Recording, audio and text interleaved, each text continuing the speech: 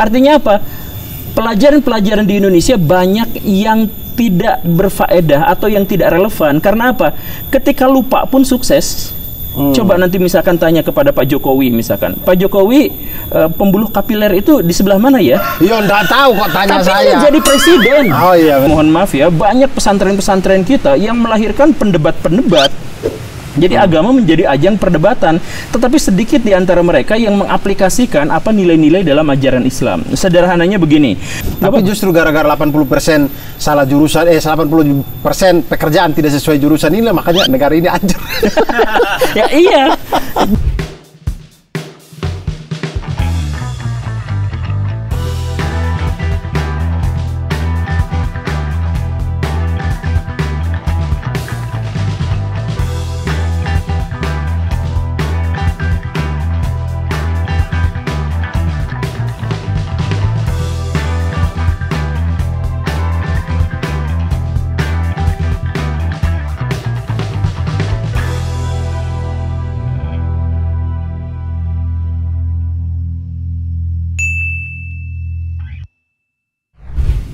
Assalamualaikum warahmatullahi wabarakatuh.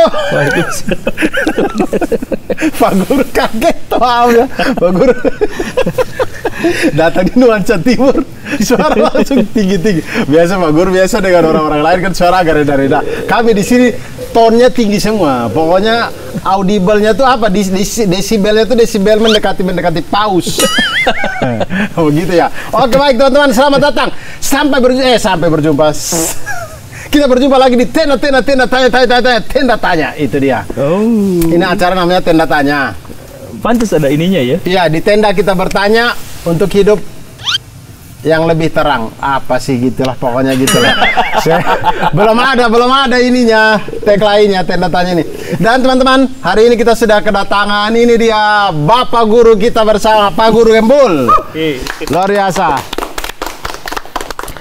Pak Guru, masih ngajar ya? Masih. Abang sampai sekarang ya? Iya, besok saya ngajar. Masih ngajar. Dan Bang, ini saya pengen ngobrol sama Abang tuh soal dunia pendidikan Indonesia lah ya. Tapi karena acara ini penuh dengan pencerahan, iya, kita tentu akan bertanya juga tentang pendidikan agama Islam. Bagaimana? Bang, kita tuh melihat kayak, saya tidak tahu dunia pendidikan ini sudah bergerak sampai di mana atau sudah di titik yang mana, tapi yang saya lihat bocil-bocil no akhlak banyak sekali sekarang.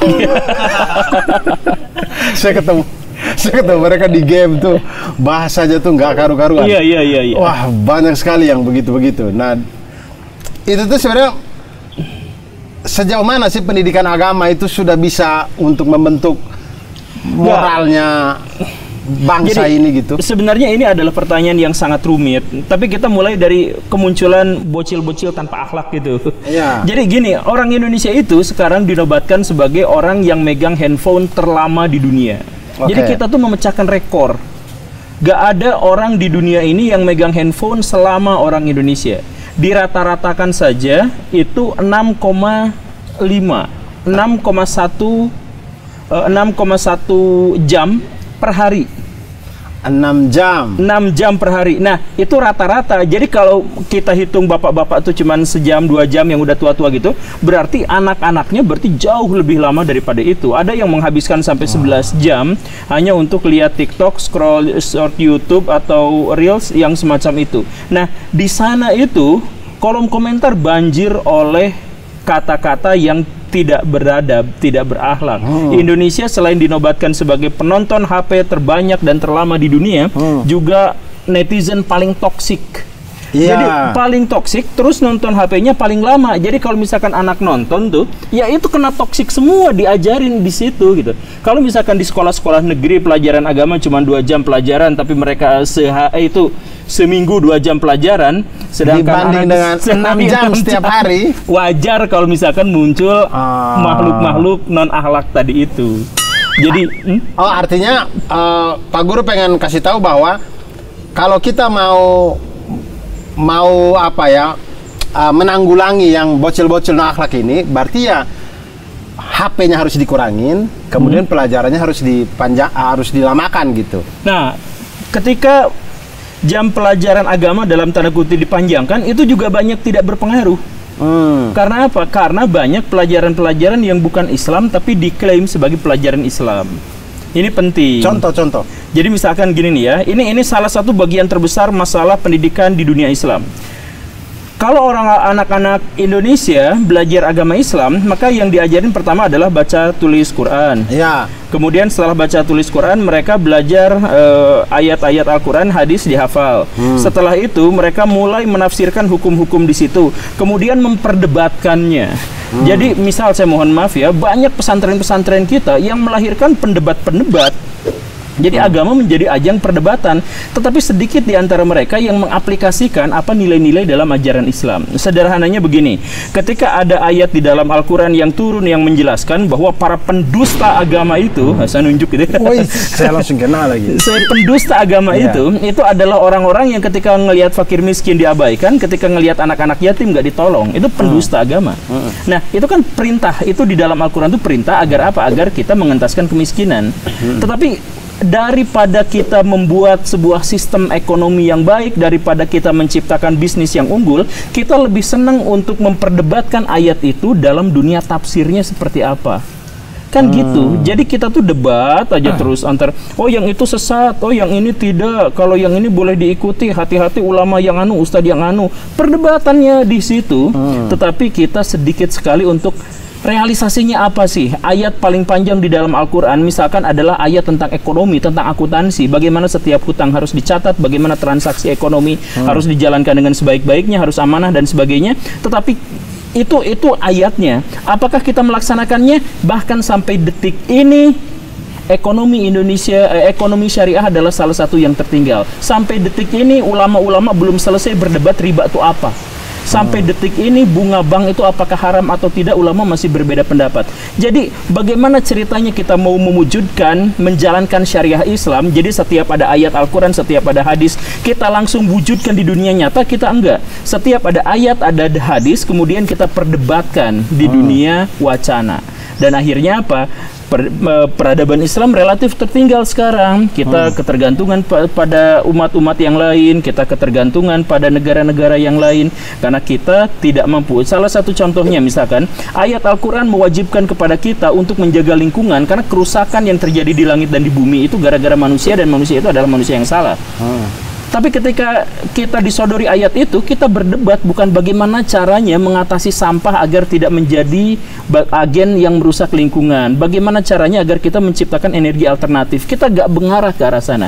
Jadi pesan-pesan ide-ide Islam tidak diwujudkan, tidak diterapkan, tetapi hanya ada dalam wacana yang saling berbenturan.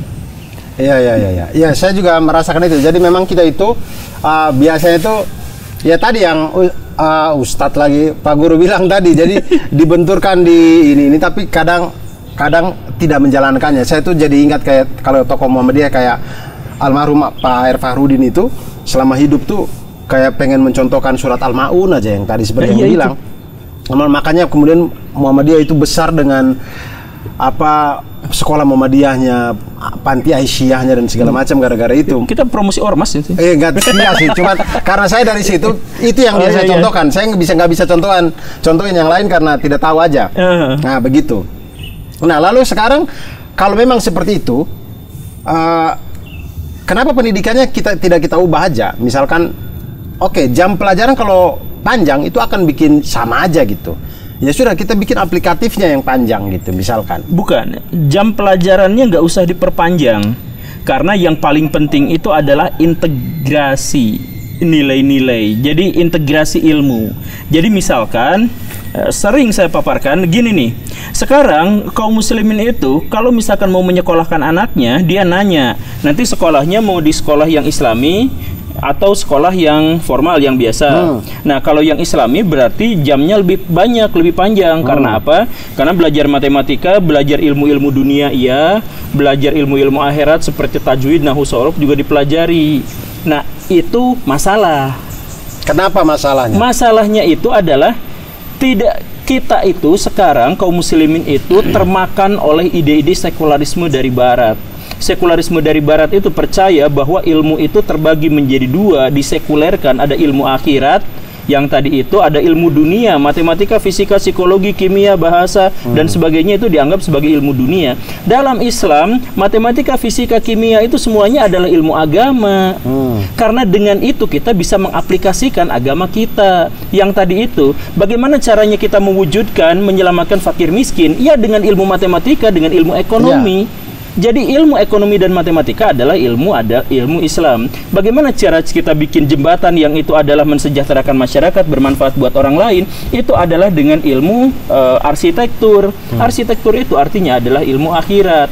Yang membedakan ilmu dunia dengan ilmu akhirat itu adalah ilmu nahwu, sorof, balaghah, tajwid dan sebagainya itu bisa menjadi ilmu dunia kalau kita tujuannya adalah untuk jadi menteri agama dengan belajar itu, jadi ketua ormas dengan belajar itu. Tetapi ilmu nahwu, sorof, balaghah dan sebagainya itu menjadi ilmu Islam, ilmu agama kalau misalkan tujuannya adalah ikhlas lillahi ta'ala untuk memberikan kemanfaatan sebesar-besarnya buat manusia. Nah, itu matematika itu menjadi ilmu akhirat. Kalau ilmu matematika itu kita gunakan dan kita tujukan untuk mensejahterakan sebanyak mungkin manusia. Tetapi ilmu itu akan jadi ilmu duniawi belaka ketika tujuannya adalah ingin pintar, dapat doktor, punya gelar, dapat jenjang karir sarjana apa segala rupa. Nah, jadi gak usah diperpanjang, yang penting disadarkan bahwa semua ilmu yang kita pelajari itu berasal dari Allah. Gak ada satupun ilmu yang tidak berasal dari Allah. Betul. Dan karena itu semua itu adalah ilmu Allah. Jangan ada pengkotak-kotakan, jangan ada pensekularisasikan atau pendikotomian. Jadi sekularisasi itu kan salah satu karakteristik utamanya itu adalah dikotomi. Dunia sama akhirat itu dipisah gitu. Nah, jangan ada yang seperti itu, tetapi kita secara integratif dan secara holistik kita jadikan pelajaran-pelajaran itu sebagai upaya kita untuk mendekatkan diri kepada Tuhan. Artinya kalau itu berarti saya setuju pandangannya bahwa semua ilmu itu bergantung tujuan kita mempelajarinya untuk apa? Karena semua ilmu itu baik hakikatnya berasal dari Allah Subhanahu wa taala juga. Berarti kalau kita pilih sekolah, boleh juga dong artinya ambil matematika misalkan. Memang sekolah-sekolah begitu, karena kalau kita ngambil sekolah yang misalkan yang umum, kita tidak akan dapat tuh nahwu, sorof, balaghah. Itu saya tidak pernah belajar itu karena saya selalu sekolahnya sekolah negeri gitu. Seandainya kalau saya sekolahnya yang sekolah Islam, mungkin saya dapat gitu. Ya yang mana ini penting juga gitu untuk dia bisa memahami. Artinya kalau kita mau belajar pelajaran yang seperti di negeri dan juga seperti yang di sekolah agama, memang jam pelajarannya jadi panjang. Prinsip dalam agama Islam itu dalam bersosial itu adalah amal jama'i. Amal jama'i itu maksudnya adalah bagi-bagi tugas, simpen orang pada bagiannya. Jadi misalkan di zaman Nabi ada orang yang jago perang, ya udah kamu jangan terlalu fokus pada bagaimana hafalan Quran, kamu nggak usah fokus bagaimana mengelola keuangan, kamu fokus pada bagaimana caranya menjadi ahli perang yang luar biasa. Jadi misalkan Khalid bin Walid sebelum dan sesudah masuk Islam, beliau tetap seperti itu. Umar bin Khattab sebelum dan sesudahnya tetap galak. Utsman bin Affan sebelum dan sesudahnya tetap jadi pengusaha yang gampang nangis. Nah, karakternya gak pernah dirubah karena apa? Jadi ketika setiap orang memiliki bakat, minat, potensi, keinginan, harapan yang berbeda dengan orang lain, itu dihargai. Nanti ke depan, jadi gak usah semuanya menjadi penghafal Quran, gak. Kayak misalkan di negara sana gitu, jadi ada mujahidin, dia untuk berjihad dia harus hafal Quran sekian-sekian. Di dalam tradisi Nabi itu nggak pernah seperti itu.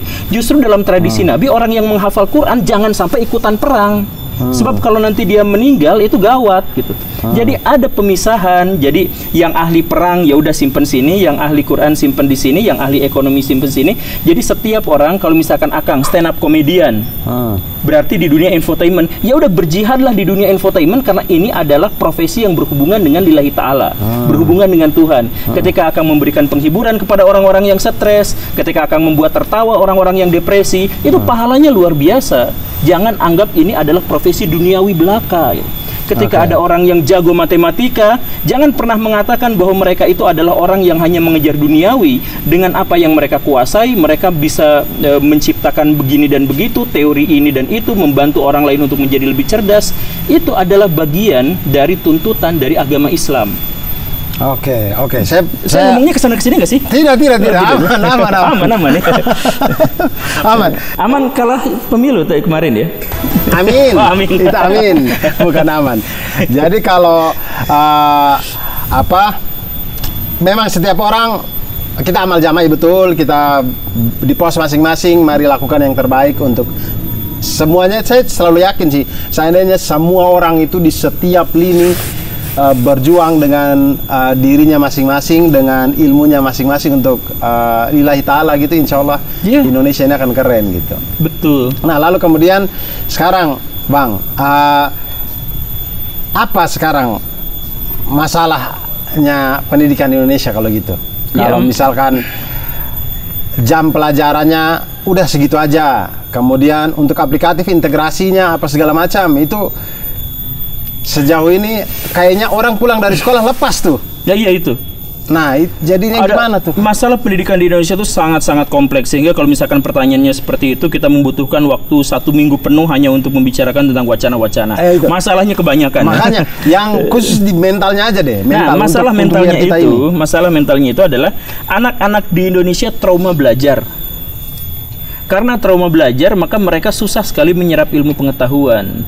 Makanya pas lulus sekolah tuh gak ada materi yang diingat. Pernah sekolah nggak? Pernah. Sampai SMA, sampai kuliah? Iya. Oke, tapi SMA masih ingat materi-materinya? Dikit. Ya udah, matematika bab ketiga kelas 10 itu apa tuh? Aduh, tahu apa ya? Nah, kalau nggak sebentar, kalaupun lupa, ini jadi orang sukses sebagai komika. Punya banyak tim, duitnya banyak. Artinya apa? Pelajaran-pelajaran di Indonesia banyak yang tidak berfaedah atau yang tidak relevan. Karena apa? Ketika lupa pun sukses. Coba nanti misalkan tanya kepada Pak Jokowi misalkan. Pak Jokowi, pembuluh kapiler itu di sebelah mana ya? Iya, enggak tahu kok tanya tapi saya. Tapi jadi presiden. Oh iya benar. Jadi maksudnya ngapain kita belajar sesuatu yang di masa depan pada akhirnya nggak ngaruh. Tapi pelajaran-pelajaran itu dijejalkan kepada siswa-siswa kita, dipaksa untuk diingat, nanti masuk ulangan kalau nilainya kecil remedial dan seterusnya, ditekan, akhirnya apa? Anak-anak lupa pada potensi bakat minatnya sendiri dan tertekan selama pelajaran karena dipaksa untuk belajar tentang sesuatu yang bahkan dia sendiri tak tahu manfaatnya apa, faedahnya apa. Dan setelah itu, apa yang terjadi? Ketika anak-anak dapat berita bahwa hari ini pelajaran matematika gurunya nggak masuk, kecelakaan, hore! Guru kecelakaan itu! Iya, tapi kan hore kan kita kan, ngaku aja kan? Iya, kita hore sih. Habis hore baru patungan beli buah. Hore dulu. Nah, itu muncul gara-gara apa? Gara-gara siswa trauma belajar, sehingga ketika ada jam di mana dia tidak belajar, dia seneng. Kalau ada siswa yang sudah trauma belajar, takut sama pelajaran, masa depannya dia nggak akan mengingat apapun, masa depannya dia tidak akan peduli pada pendidikan, dan dia tidak akan berhikmat untuk masyarakat. Tapi begini Bang, kalau misalkan kita langsung memfokuskan pada minat dan bakat, misalkan aja. Yang ditakutkan itu, saya tidak tahu permasalahan di luar sana, tapi dari kepala saya itu kayak mungkin nggak anak itu tahu dia mau jadi apa gitu. Karena kita bahkan di SMA ke kuliah aja banyak kawan-kawan kita yang sudah di tingkat SMA ke kuliah salah pilih jurusan gitu. Sudah kuliah 2-3 tahun baru kayaknya saya salah ambil filsafat nih. Kayaknya saya ekonomi gitu. Aduh saya salah nih ngambil arsitek, saya pindah deh gitu. Apalagi untuk anak-anak yang misalkan mungkin dari SD apa SMP gitu. Penjurusan minat bakatnya siapa? Jangan-jangan orang tua yang maksa dia lagi. Yang pinter masuk IPA, yang bodoh masuk IPS. Nah, iya, banyak yang kayak gitu. Nah, iya. Sebenarnya gini nih, ketika ada orang-orang di Indonesia yang merasa salah masuk jurusan, itu bukan salah mengidentifikasi bakat dan minat, tetapi dia salah menganggap bahwa kuliah itu untuk bekerja. Jadi kalau misalkan kita mau milih jurusan kuliah tuh, kita mikirnya, jurusan ini loh yang kerjaannya paling mudah, ini yang kerjaannya paling susah. Jadi ngapain kita belajar seni? Nanti susah cari kerja. Mendingan masuk kedokteran. Di sana gampang sekali dapat kerjaan kan gitu. Jadi milih jurusan itu bukan berdasarkan minat, tetapi berdasarkan karir ke depan seperti apa. Itu kelemahan mindset kita yang pertama. Dan terwujud apa? Dalam data yang dikeluarkan oleh kementerian menyebutkan bahwa 80% lulusan universitas kita tidak bekerja di tempat yang seharusnya, yang sesuai dengan jurusannya, beda. Akang jurusan apa? Nggak nyambung sama profesinya sekarang. Itu 80% orang kayak gitu di Indonesia. Jadi 80% orang emang salah jurusan. Bukan hanya gara-gara... Tapi justru, sorry, saya potong, Bang. Tapi justru gara-gara 80% salah jurusan, 80% pekerjaan tidak sesuai jurusan inilah makanya negara ini hancur. Ya iya.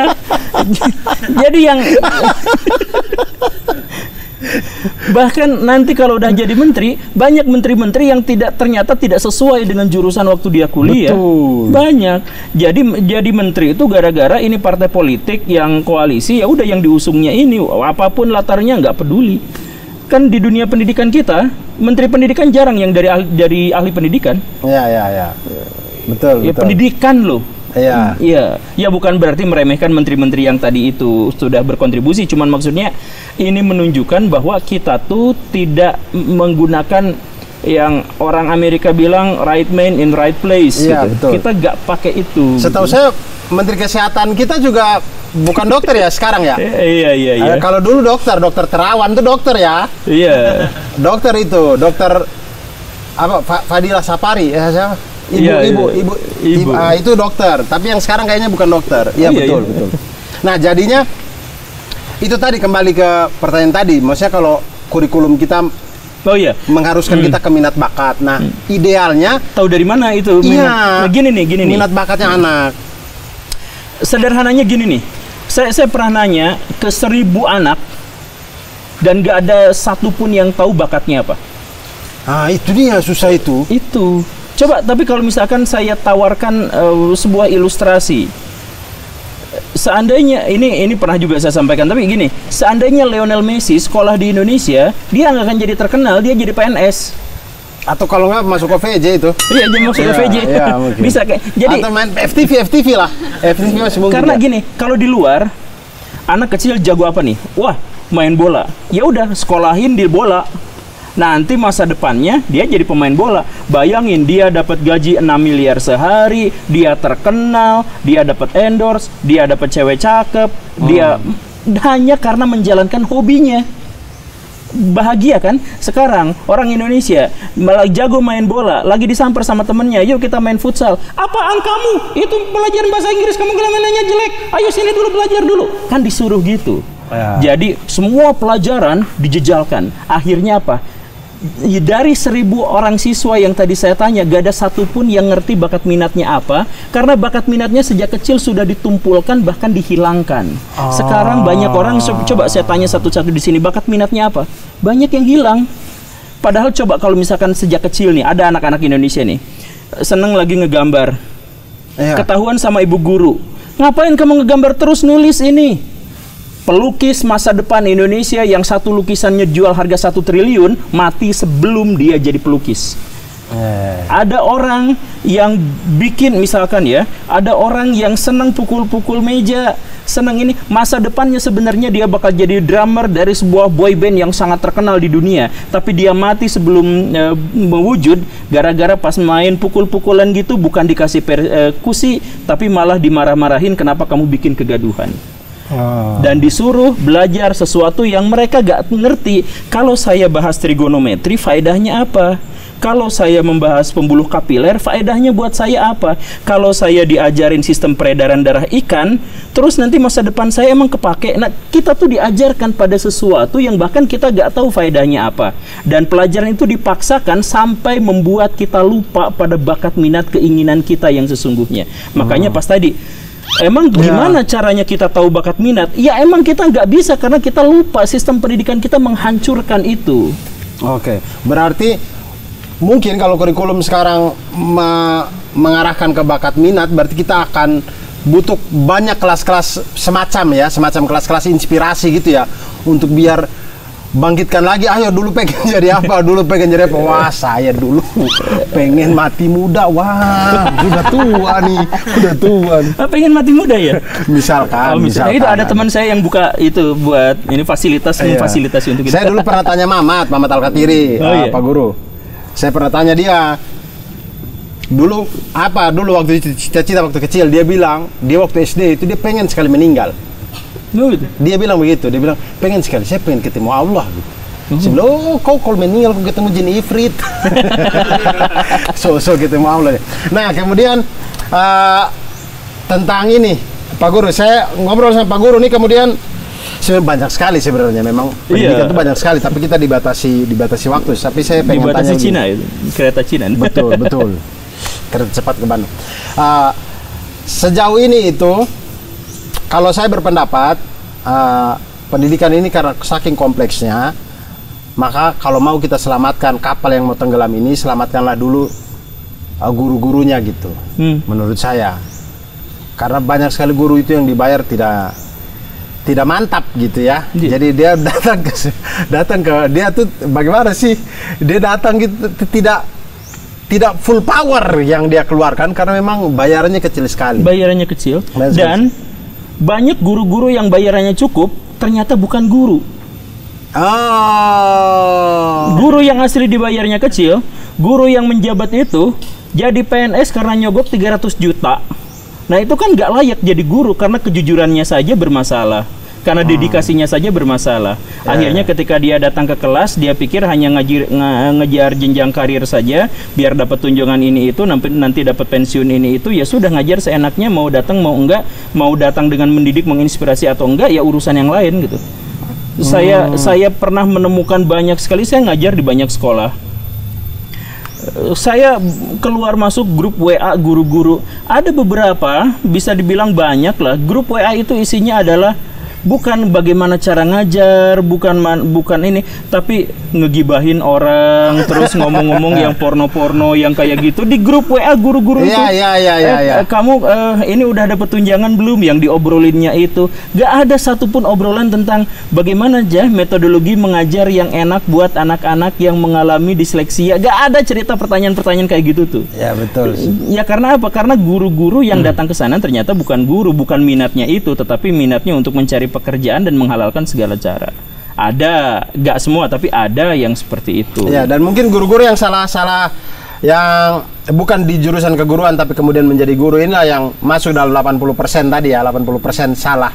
Bisa. Salah itu dia. Tiba-tiba dia masuk ke situ. Nah, sekarang ini saya mau Pak Guru sudah lama sekali mengajar ya? Sudah. Dari enggak lama banget sih, dari tahun 2008. Berapa tahun sekarang? 2008. Cukup lama lah ya. Pak Guru sudah sertifikasi belum sih? Tidak ya, guru honor aja sampai. Saya dikejar-kejar sertifikasi, nggak mau. Sampai sekarang saya nggak punya NUPTK, nggak punya apa-apa. Oh, jadi mengajar passion. Jadi saya bilang sama kepala sekolah, saya nggak mau terlalu terikat sama sekolah ini, saya nggak mau terlalu nggak mau tertekan dengan ini itu administrasi. Saya pengen ngajar dengan passion saya, dengan gelora saya gitu. Jadi kalau misalkan nanti saya dituntut bikin administrasi ini itu, ya udah saya mundur, nggak mau ngajar di sini lagi ya gitu. Apa saya pengen tanya ini deh, apa momen yang menurut Pak Guru tuh momen terbaik ketika mengajar? Momen terbaik itu pada waktu itu saya punya waktu luang yang ekstra, saya ngajar 9 kelas di pelajaran yang berbeda dan tingkatan yang berbeda. Di situ saya benar-benar ngajak siswa untuk bikin sebuah grup diskusi sama-sama. Jadi saya tantang murid-murid, ini buku pelajaran kita simpan dulu karena ini belum tentu kalian inginkan.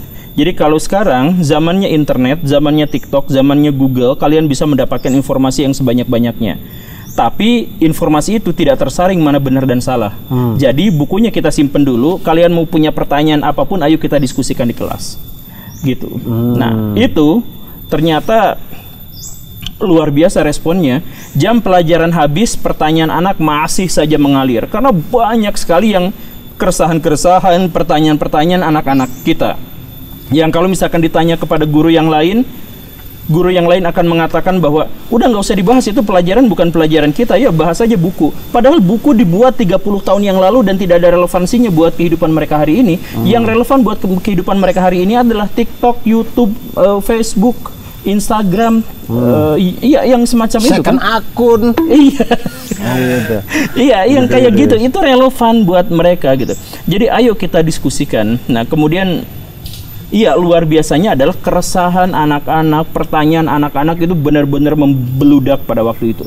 Sampai akhirnya saya meyakini bahwa anak-anak kita itu lebih pintar daripada guru-gurunya, karena ketika guru-gurunya mengulang materi dari tahun sebelumnya begitu, sedangkan anak-anak dibombardir oleh informasi-informasi dari media sosial mereka. Dan mereka harus dibimbing untuk bisa mengetahui mana yang benar dan mana yang salah, mana yang memerangkap pada bubble, mana yang tidak, mana yang adiksi, mana yang tidak. Itu yang penting tuh. Banyak di antara guru-guru kita yang tidak bisa beradaptasi ketika anak-anak nonton TikTok, nonton HP 6 jam, 7 jam, 8 jam per hari. Mereka tetap ngajarin dengan cara yang konvensional bahwa Pangeran Diponegoro meninggal tahun sekian di sini. Ya, tapi Bang, bukankah ini ya, maksudnya kita manusia itu memang, saya tidak tahu ya, tapi kayak saya itu juga merasa kayak kita makin tua tuh kayak makin malas belajar hal baru gitu. Iya. Misalkan kayak anak saya sekarang ini lagi suka-sukanya main Minecraft gitu. Oh, bisa punya anak ya? Alhamdulillah. Oh, iya. Alhamdulillah. Oh, iya. Jadi tuh. Iya. Itu jadi tuh.